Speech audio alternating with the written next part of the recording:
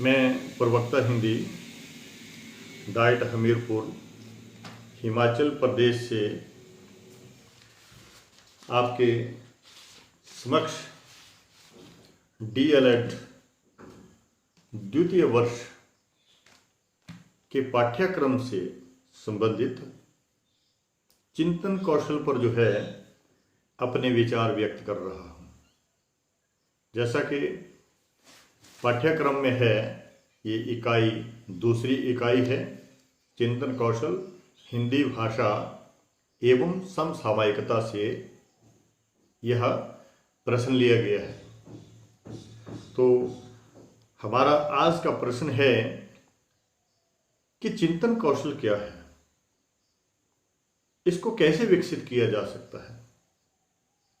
तो इसके कौशल को विकसित करने की जो विधियां हैं उनकी हम जो है वो संक्षेप में जो है वो चर्चा करेंगे, समझने का प्रयास करेंगे।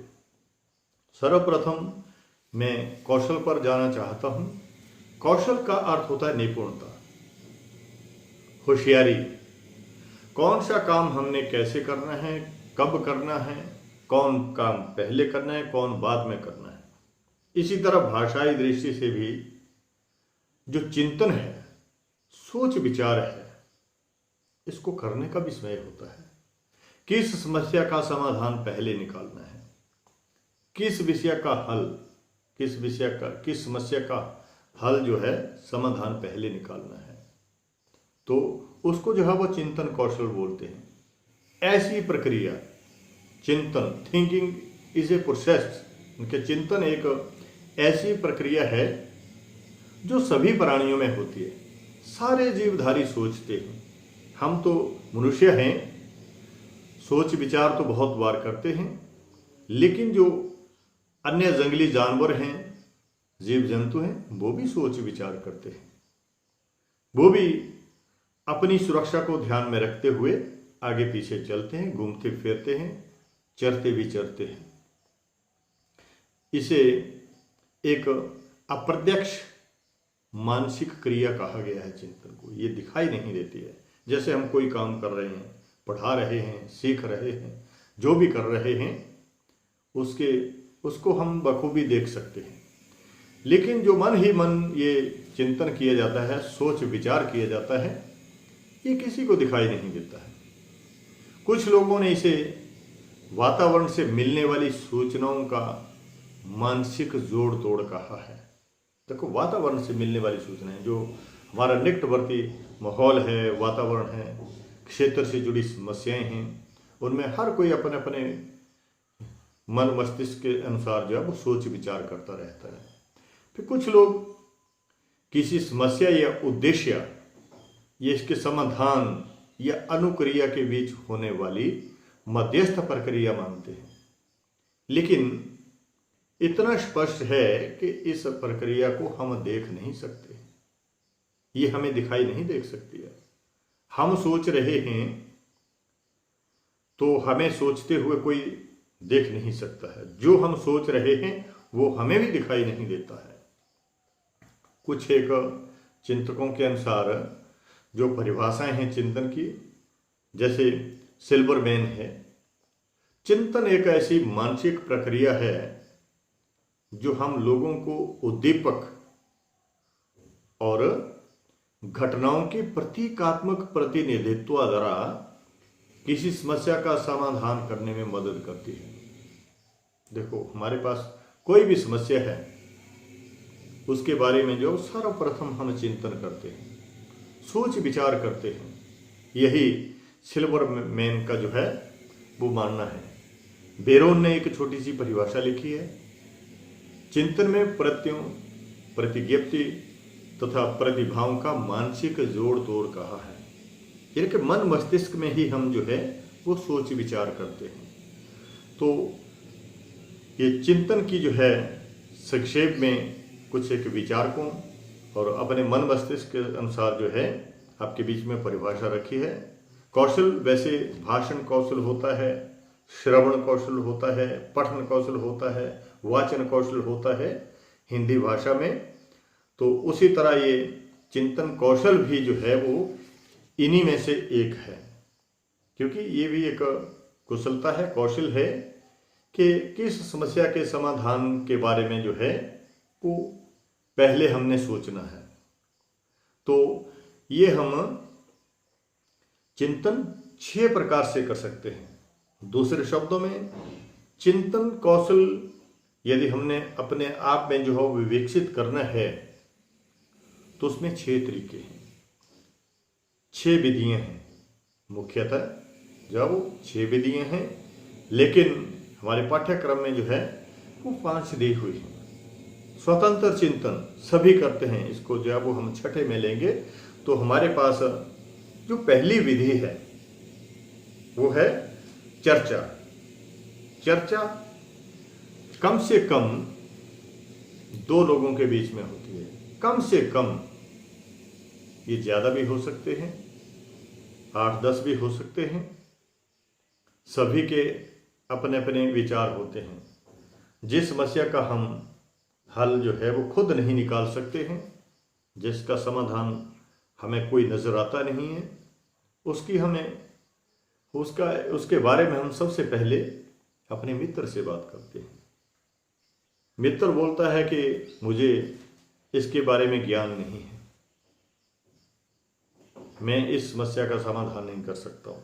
फिर हम तीसरे के पास, चौथे के पास जब हम पूछते हैं, लेकिन जब कोई हल नहीं निकलता है तो बहुत सारे विचारक, चिंतक इकट्ठे बैठ करके जो है वो आपस में चर्चा करते हैं कि इस समस्या का समाधान कैसे निकालना है। जैसे किताब में लिखा है कि कुछ निश्चित उद्देश्यों को प्राप्त करने के लिए विचारों का आदान प्रदान है। निश्चित उद्देश्यों को प्राप्त करने के लिए कुछ एक उद्देश्य ऐसे होते हैं जिनकी उपलब्धि आसानी से हो जाती है, लेकिन कुछ एक ऐसे उद्देश्य होते हैं जिनको हम अपने मन मस्तिष्क के अनुसार जो है पूरा नहीं कर सकते हैं, हमारे में उनकी सामर्थ्य नहीं होती है। तो उसमें जब हम 5-7 या कम भी हो सकते हैं, ज़्यादा भी हो सकते हैं, मिल बैठ करके आपस में विचार विनिमय करते हैं, चर्चा करते हैं। तो हमारे बीच में चिंतन कौशल को विकसित करने का ये पहला तरीका है। दूसरा तरीका है मस्तिष्क उद्वेलन। मस्तिष्क ये हमारा दिमाग, माइंड। उद्वेलन, उद्वेलन का मतलब हलचल, मन में हलचल, दिमाग में हलचल, उथल पुथल। जब हम जो है वो निष्क्रिय बैठ जाते हैं, किसी समस्या का समाधान जो वो हमारे से नहीं निकलता है, तो हम जो है वो बार बार सोचने का प्रयास करते हैं, या कुछ सोच विचार करना भी कई बार जो है वो बंद कर देते हैं। जब ऐसी स्थिति हो जाती है तो हम किसी भी विषय को, किसी भी समस्या को जो है प्रारंभ करते हुए समस्या समाधान के उद्देश्य से विद्यार्थियों में, चिंतकों में, छात्राध्यापकों में जो है विचारों की क्रांति लाते हैं। उनके मन मस्तिष्क में हम जो है वो विचार भरने की जो है वो कोशिश करते हैं। उनको दूसरे शब्दों में हम कहें तो उनको हम उकसाते हैं, भड़काते हैं कि आप इस समस्या का हल निकाल सकते हैं, आप में ये योग्यता है, सामर्थ्य है, आप ये संप्रत्या कंसेप्ट जो है स्पष्ट कर सकते हैं, क्लियर कर सकते हैं। तो जो निष्क्रिय चिंतक या विचारक है वो फिर से उस समस्या के समाधान में जो है वो व्यस्त होने लग पड़ता है, वो प्रयासरत हो जाता है। उसके मन मस्तिष्क में जो है हलचल मच जाती है कि मैं इस समस्या का समाधान ढूंढ सकता हूँ, मैं निष्क्रिय होकर के बैठा हूँ, लेकिन इसको जो है वो मेरे दिमाग की परख है। तो जब ऐसी बातें उसके मन मस्तिष्क में जो है भरी जाती हैं तो उसके दिमाग में हलचल उत्पन्न हो जाती है। एक किस्म का, दूसरे शब्दों में हम कहें, उसके मन मस्तिष्क में क्रांति आ जाती है। वो जो है फिर लगातार उस समस्या के समाधान के बारे में जो है सोच विचार करना शुरू कर देता है, यानी कि उसके दिमाग में हलचल, उद्वेलन, झंझावत जो है पैदा हो जाता है, जिससे उसमें काल्पनिक और सृजनशील भावनाओं का विकास होता है और साथ ही साथ उसमें आत्मविश्वास, सेल्फ कॉन्फिडेंस वो भी बढ़ जाता है। एलेक्स फाइकने ऑसबोर्न ने 1953 में 1953 में अपनी पुस्तक अप्लाइड इमेजिनेशन में मस्तिष्क उद्वेलन की व्याख्या दी है। सबसे पहले मस्तिष्क उद्वेलन की व्याख्या ऑसबोर्न जी ने 1953 में अपनी किताब में दी थी कि जब किसी समस्या का समाधान जो है वो आदमी नहीं निकाल पाता है तो उसके मस्तिष्क में जो है वो उद्वेलन करना पड़ता है, झंझावत बात पैदा करना पड़ता है, उसके मस्तिष्क में हलचल पैदा करना पड़ती है। तब वो जो है लगातार जो है वो प्रयासरत हो जाता है और अंततः वो जो है उस समस्या का हल जो है वो निकालने में सक्षम हो जाता है। मस्तिष्क उद्वेलन का प्रयोग 1939 में सृजनात्मक समस्या समाधान हेतु एक विधि के रूप में किया, एक तरीका निकाला गया था। सबसे पहले 1939 में ऑसबोर्न के अनुसार जो वो इस विधि के द्वारा छात्र सामूहिक रूप से सोचते हैं। कई बार जो है वो अध्यापक सवाल कर देता है कि इसको नहीं आता है, उसको नहीं आता है, कि सभी विद्यार्थी जो है वो इसका हल निकालिए। इसमें जो है वो व्यक्तिगत तौर पर चिंतन नहीं किया जाता है, इनके अकेले बैठ करके जो है वो नहीं चिंतन किया जा सकता है। इसमें जो है वो सामूहिक तौर पर, मैंने पहले ही कहा, कम से कम 2, 4, 6, 8, 10 जब हमारा एक मित्र सज्जन जो है वो समस्या का हल नहीं निकाल पाता है, हम दूसरे से संपर्क बनाते हैं, तीसरा, चौथा, फिर जो है वो सामूहिक तौर पर जो है 10-20 जितने भी हमारे निकटवर्ती हैं हम उनके साथ जो है वो हम अपनी समस्या रखते हैं, फिर इकट्ठे मिल करके जो है समस्या समाधान निकालते हैं। ये कैसे है?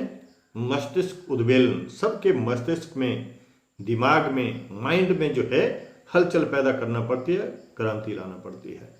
तो ये हमारे बीच में चिंतन कौशल को विकसित करने की जो है दूसरी सबसे बड़ी विधि है। पहली हमने चर्चा और दूसरा मस्तिष्क उद्वेलन। इसके बाद जो तीसरी विधि है चिंतन कौशल को विकसित करने की है वो है भूमिका निर्वहन, इनकी रोल प्ले, अपनी भूमिका अदा करना। जैसे किसी नाटक में, फिल्म में कोई एक्टर जो है वो अपना रोल प्ले करता है, अपनी भूमिका निभाता है। तो ये है तीसरा समाधान, तीसरी विधि। इसमें क्या होता है, इसमें कोई पहले जो है वो पटकथा जो है वो निर्धारित नहीं की होती है।